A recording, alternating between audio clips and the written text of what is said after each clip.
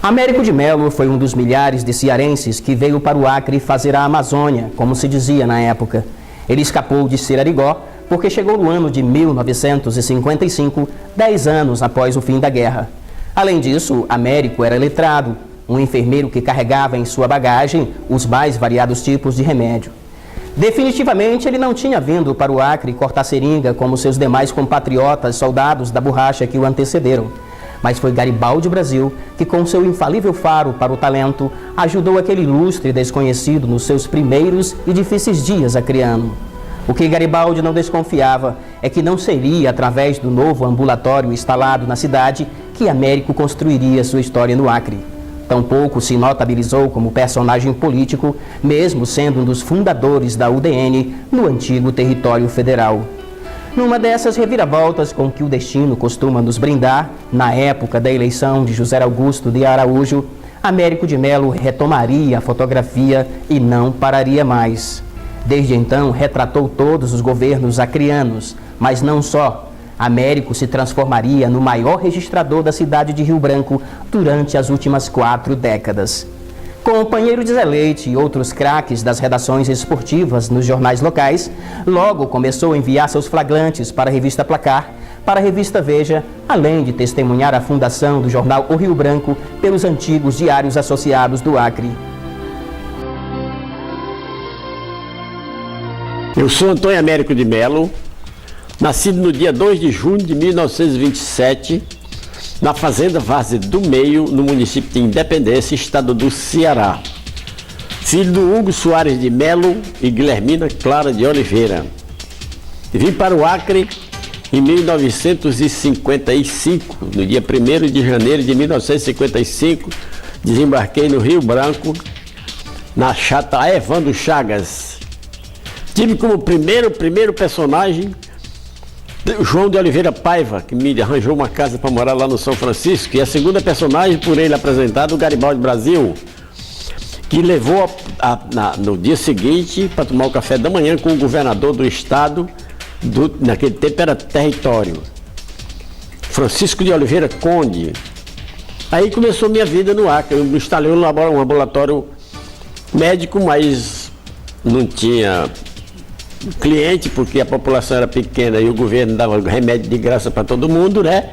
E o remédio que eu trouxe, as mercadorias, eu vendi para o estado ou para o governo. E aí eu comecei minha vida, né? Fui descobrindo amigos e mudei para fotografia e me dei bem, né? Em 1957 nós fazíamos uma revista esportiva, Bola. Eu fazia as fotos, ia para Manaus, fazia os clichês, trazia o Zé Leite e o Aflopes, Antônio Ferreira Lopes, era um jornalista e sargento do Exército, aí eles faziam a revistinha, a Bola. Ninguém vendia porque ninguém comprava, né? Dava, né? Era um negócio que não tinha rendas, não tinha finalidade financeira, só mesmo com a mania de fazer jornalismo.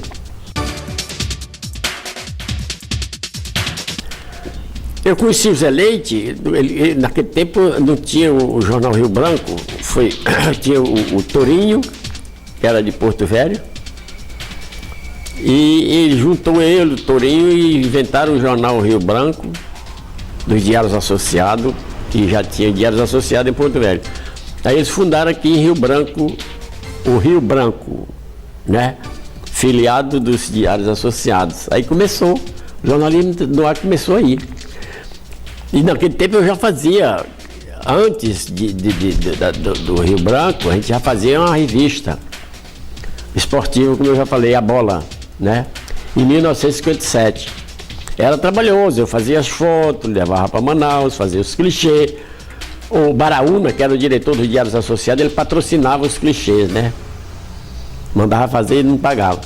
Aí eu vinha, o Zé Leite aqui, mas o Aflop fazia uma revistinha esportiva, Bola. Não vendia, era para dar mesmo, né? Em 64, eu era delegado de polícia. Eu era diretor de Detran, foi quem instalei o Detran. O Zé Augusto era governador do estado. Aí o Zé Augusto foi preso, eu também fui preso. A minha irmã entrou em contato com o primeiro presidente da Revolução, que foi o Castelo Branco. Castelo Branco fazia parte da nossa família, lá no Ceará, né? E o Castelo Branco veio aqui, né? Me saber da história de perto, né? Eu contei para ele, eu fui preso sem saber por quê, né? Aí ele chamou que era o procurador da República, né? Mandou me expedir uma carteira de agente federal de segurança. Eu comecei com revistas internacionais. O Rogaciano Leite, que era o jornalista lá do Ceará, e ele vinha fazer matéria aqui no Acre, né? Então a matéria dele ele mandava para a revista Time, para a revista Braço, lá dos Estados Unidos, né? E com as minhas fotos do Acre, as coisas do Acre. Depois veio a ideia de fazer lançamento de um livro. Eu digo, achar lançar livro, por quê? Eu lancei um álbum fotográfico que conta toda a história, a minha história, por onde eu passei, as revistas que eu trabalhei, para quem, os jornais, está tudo lá no meu currículo, está tudo no meu álbum. E conto da história do Acre, 50 anos, Estado. E conto da história do Acre, Estado, 50 anos. Quem quiser saber, pode comprar e ver lá na página 54 e vai conhecer o Américo de Mello, o cara, né? Eu fui para São Paulo fazer. Daquele tempo eu trabalhava com o serviço de informação e o Castelo Branco queria saber o que significava Bandeirantes do Brasil.